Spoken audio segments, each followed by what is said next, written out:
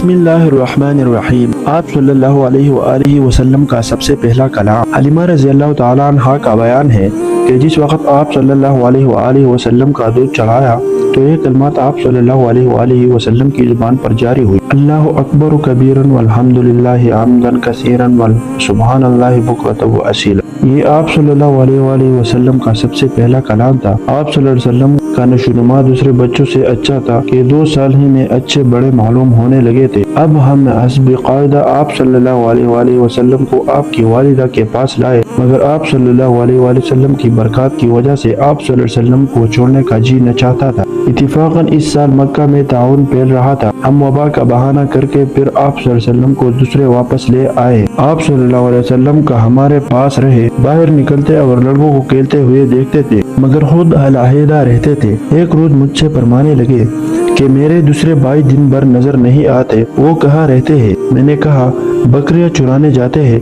آپ صلی اللہ علیہ وآلہ وسلم نے فرمایا مجھے ان کے ساتھ بھیجا کرو، اور اس کے بعد اپنے رضائی بھائی عبداللہ کے ساتھ جایا کرتے تھے۔ ایک مرتبہ دونوں مواشی میں پھر رہے تھے کہ عبداللہ دوڑتے ہوئے اور ہامتے ہوئے گھر پہنچے اور اپنے باپ سے کہا کہ میرے قریشی بھائی کو 2 سفید کپڑے والے آدمیوں نے پکڑ کر لٹایا اور شکم چاک کر دیا، میں ان کو اسی حال میں چھوڑ کر آیا ہوں۔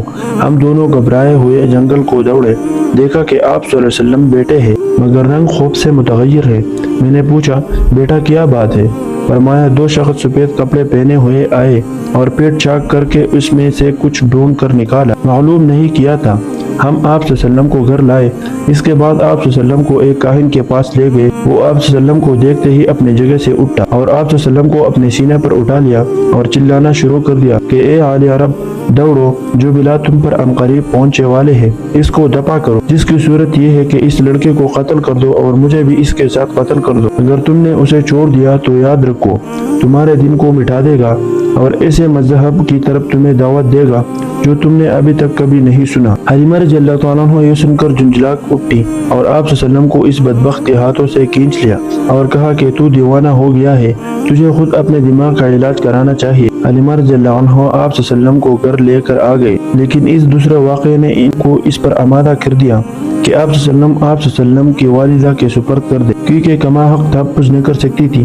جب مکہ پہنچ کر آپ صلی اللہ علیہ وسلم کو آپ صلی اللہ علیہ وسلم کی والدہ کے سپرد کیا تو انہوں نے حلیمہ رضی اللہ عنہ سے پوچھا کہ باوجود خواہش کے واپس لے جانے کے اس قدر جلدی واپس لے آنے کی کیا وجہ ہے؟ اصرار کے بعد حلیمہ رضی اللہ تعالیٰ عنہ کو تمام واقعہ عرض کرنا پڑا۔ انہوں نے یہ سن کر فرمایا بے شک میرے بیٹے کی ایک خاص نشانی ہے، اور پھر ایام حمل اور وقت ولادت کی حیرت انگیز واقعات سنائی۔ جب یہ چھوٹا بچہ تھا اس نے دودھ پی لی تو سیدھا اس نے کلمات پڑھی۔ اگر آپ لوگوں کو ہمارا یہ ویڈیو اچھی لگی ہمارے پیارے نبی صلی اللہ علیہ وآلہ وسلم کے بارے میں، تو پلیز چینل کو سبسکرائب کریں اور ویڈیو کو لائک کریں اور کمنٹ میں ماشاءاللہ ضرور لکھیں۔